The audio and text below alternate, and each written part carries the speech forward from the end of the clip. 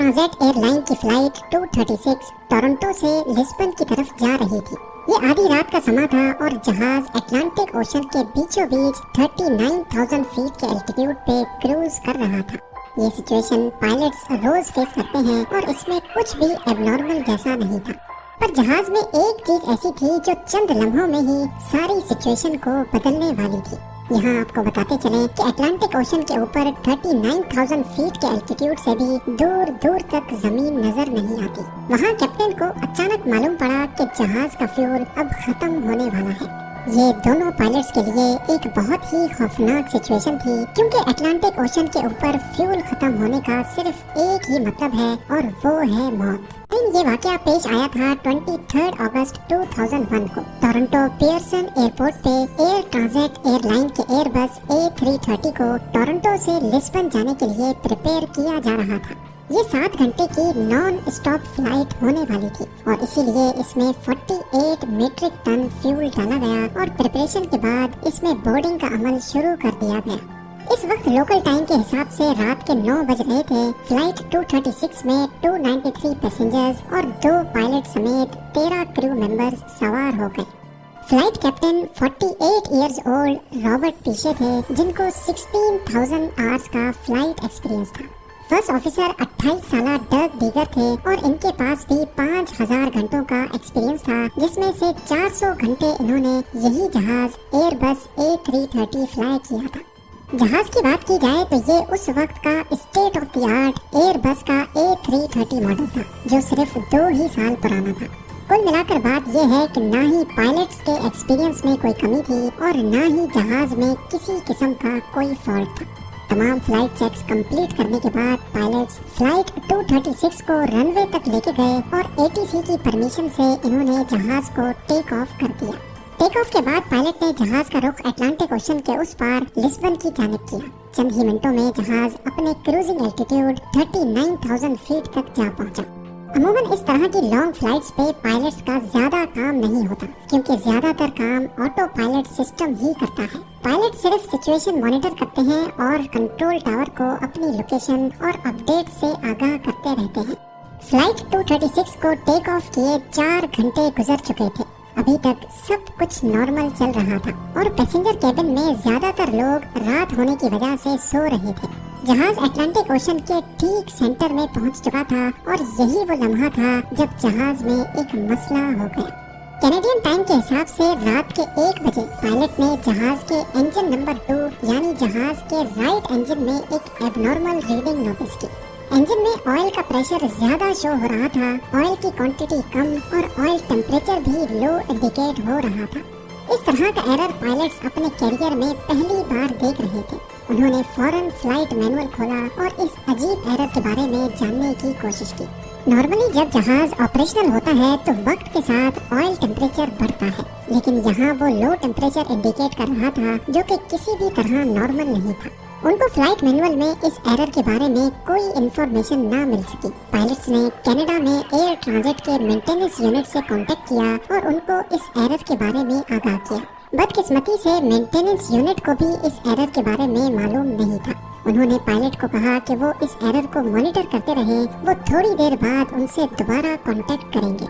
अगरचे जहाज के राइट इंजन में ऑयल की फॉल्टी रीडिंग्स शो हो रही थी, लेकिन परवाज में किसी किस्म का भी कोई मसला नहीं था। पायलट्स ये सोचकर रिलैक्स हो गए कि शायद कोई फॉल्टी सेंसर ऑयल की गलत रीडिंग्स दे रहा है। लेकिन आधे घंटे के बाद कैप्टन के सामने एक और एडवाइजरी मैसेज डिस्प्ले हुआ। ये मैसेज ऑयल से रिलेटेड नहीं बल्कि फ्यूल से रिलेटेड था। कमर्शियल एयरलाइंस का फ्यूल उनके विंग्स में इक्वली डिस्ट्रीब्यूटेड होता है और ये नोटिस किया गया कि फ्लाइट 236 के दोनों विंग्स में एक जितना फ्यूल नहीं है। राइट विंग में फ्यूल की क्वांटिटी लेफ्ट के मुकाबले में कम थी। अब नॉर्मली ये मसला भी इतना सीरियस नहीं होता, क्योंकि इस मसले को फ्लाइट के दौरान ही फिक्स किया जा सकता है। कैप्टन ने इस मसले को फिक्स करने के लिए क्रॉस फीड वाल्व खोल दिया, जिससे लेफ्ट विंग से फ्यूल राइट विंग में जाना शुरू हो गया और मिनटों में अब वापस दोनों विंग्स में फ्यूल की क्वांटिटी बराबर हो चुकी थी।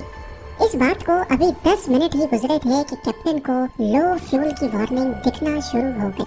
ये एक ऐसा मसला था जिसको कोई भी पायलट फेस नहीं करना चाहता, और वो भी पैसेंजर से भरे जहाज में। पायलट ने देखा कि राइट विंग में दोबारा से फ्यूल कम हो गया है और अब दोनों विंग्स को मिलाकर भी इतना फ्यूल भी नहीं है जिससे लिस्बन पहुंचा जा सके। अब की बार मामला सीरियस हो चुका था। अटलांटिक ओशन के बीचों बीच प्लेन को डाइवर्ट करने के ज्यादा ऑप्शन भी मौजूद नहीं थे। हकीकत में इनके पास एक ही ऑप्शन था और वो था एजोर्स आइलैंड। ये आइलैंड्स अटलांटिक ओशन में मौजूद पोर्चुगल टेरिटरी का हिस्सा हैं, जहां टर्सेरा नामी आइलैंड पर एयरपोर्ट मौजूद है। कैप्टन ने पहली फुर्सत में सेना मेरिया एटीसी से राब्ता किया और उनको बताया कि वो इस एयरपोर्ट पे फ्यूल शॉर्टेज की वजह से लैंड करने जा रहे हैं। पर अभी तक पायलट को भी कंफर्म नहीं था कि वो इस एयरपोर्ट तक पहुंच भी पाएंगे या फिर उनको ओशन में ही लैंड करना पड़ेगा। इस वक्त जहाज में 7 टन फ्यूल बचा था, यानी करीब 7000 केजी।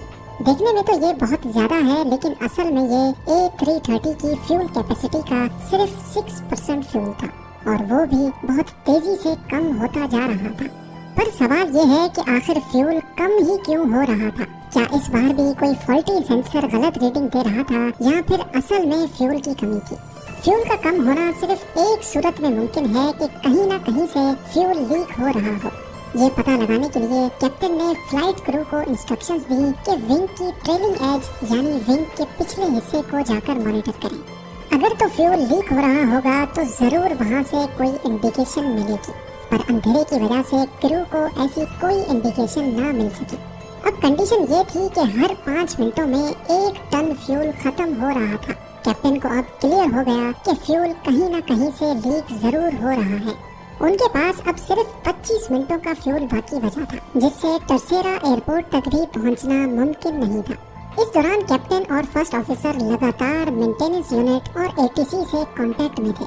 मेंटेनेंस यूनिट ने कैप्टन को इंस्ट्रक्शंस दी कि वो फ्यूल लीकेज को कंफर्म करने के लिए जहाज को 39,000 से 20,000 फीट तक लेकर जाएं।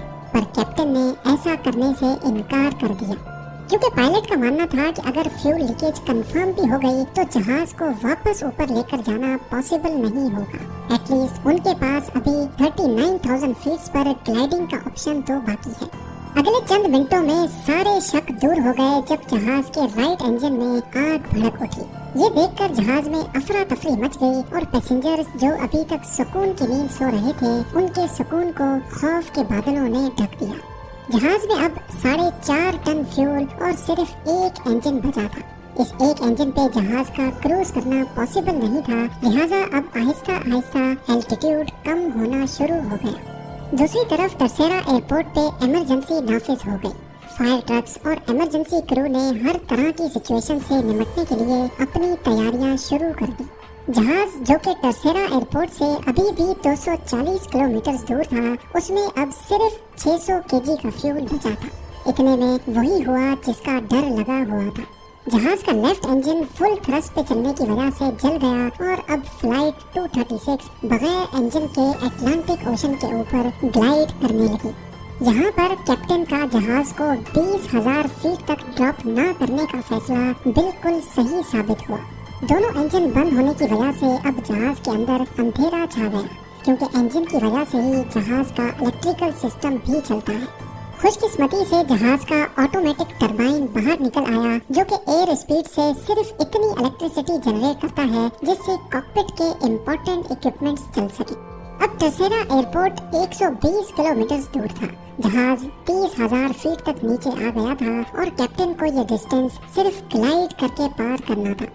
पैसेंजर केबिन में अंधेरा और पिन ड्रॉप साइलेंस ने एक खौफ का समा बनाए रखा था, ऐसी खामोशी जो शायद किसी आफत का इशारा दे रही थी। वर्स्ट केस ये था कि अगर जहाज एयरपोर्ट तक ना पहुंच पाया तो उसको ओशन में ही लैंड कराना पड़ेगा। इसी वजह से क्रू ने पैसेंजर्स को पानी में लैंडिंग के हवाले से प्रिपेयर करना शुरू कर दिया। ओशन में लैंडिंग हर तरह से खतरनाक होती है, क्योंकि अगर तो पैसेंजर इम्पैक्ट से बच भी गए तो पानी में डूब सकते हैं, और अगर पानी में नहीं डूबे तो ठंडे पानी की वजह से हाइपोथर्मिया से मर सकते हैं। अब नॉर्मली बगैर इंजन के पैसेंजर प्लेन को ग्लाइड करना बहुत मुश्किल होता है। सब कुछ प्लेन के पिच कंट्रोल पे डिपेंडेंट था, जिसको पायलट मैनुअली स्टिक से कंट्रोल कर रहे थे। जहाज का एल्टीट्यूड 2000 फीट पर मिनट के हिसाब से ड्रॉप हो रहा था, यानी अगले 15 मिनटों में या तो जहाज एयरपोर्ट पर पहुंचेगा या फिर ओशन में। जब प्लेन का डिस्टेंस टक्सेरा एयरपोर्ट से 15 किलोमीटर रह गया तो इसका एल्टीट्यूड 13,000 फीट था और नॉर्मली इतने डिस्टेंस पर एल्टीट्यूड 3,000 फीट रखना होता है। अब अगर तो पायलट ने नोज डाइव करके अपना एल्टीट्यूड कम किया तो प्लेन की स्पीड बहुत तेज हो जाएगी और इस सिचुएशन में क्रैश लैंडिंग के इम्कान बहुत ज्यादा होते हैं। इसीलिए पायलट ने जहाज को वहीं एक 360 चक्कर लगवाया। ये चक्कर जब कंप्लीट हुआ तो एयरपोर्ट से डिस्टेंस उतना ही था जबकि एल्टीट्यूड 5,000 फीट तक ड्रॉप हो चुका था। ये एल्टीट्यूड अभी भी ज्यादा था पर इतना ज्यादा नहीं कि एक और 360 लगाया जा सके। इसीलिए पायलट ने जहाज की पोजीशन रनवे की सीध में की और इसको चंद एस टर्न्स लगवाए। एस टर्न्स की वजह से जहाज का रनवे से डिस्टेंस मजीद बढ़ गया और उसको एल्टीट्यूड कम करने का मजीद टाइम मिल गया। नॉर्मल हालात में लैंडिंग के वक्त फ्लैप्स ओपन रखे जाते हैं जिससे ड्रैग पैदा होता है और इंजन थ्रस्ट बढ़ा दिया जाता है जिससे प्लेन की नोज ऊपर हो जाती है। पर फ्लाइट 236 के पास इंजन थ्रस्ट तो था नहीं, इसीलिए ये लैंडिंग नॉर्मल लैंडिंग से बहुत अलग और बहुत खतरनाक भी थी। पायलट के पास प्लेन को लैंड करने का सिर्फ एक ही चांस था, या तो आर या तो पार। आखिरकार प्लेन एक जोर के झटके से रनवे पर लगा और 12 में से 8 टायर्स बर्स्ट हो गए। प्लेन को रोकने में थोड़ी मुश्किल तो जरूर पेश आई, लेकिन फाइनली वो स्किड करता रुक ही गया। प्लेन रुकते ही उसके लैंडिंग गियर में आग भड़क उठी जिस पर एयरपोर्ट क्रू ने फौरन काबू पा लिया। फ्लाइट 236 एविएशन हिस्ट्री का वो पहला और आखिरी पैसेंजर प्लेन था जिसने बगैर इंजन के सबसे ज्यादा टाइम तक ग्लाइड करने का रिकॉर्ड बनाया। राइट इंजन में फ्यूल लीकेज के हवाले से जब इन्वेस्टिगेशन हुई तो मालूम पड़ा कि टोरंटो में टेक ऑफ से पहले मेंटेनेंस क्रू ने इंजन का एक पार्ट चेंज किया था, लेकिन वो पार्ट किसी और प्लेन का था। लूज फिटिंग की वजह से उसमें वाइब्रेशन हुई जिसने करीब से गुजरती फ्यूल लाइन को बर्स्ट कर दिया। इस वाक़े के बाद ही एयरबस ने एक नया सिस्टम इंस्टॉल किया जिससे फ्यूचर में पायलट्स को दौरान परवाज फ्यूल लीकेज का भी पता पड़ सकेगा। 1 साल बाद कैप्टन रॉबर्ट पीशे और फर्स्ट ऑफिसर डर्क टीगर को एयरबस A330 पर डेड स्टिक लैंडिंग परफॉर्म करने के लिए सुपीरियर एयरमैनशिप अवार्ड से नवाजा गया।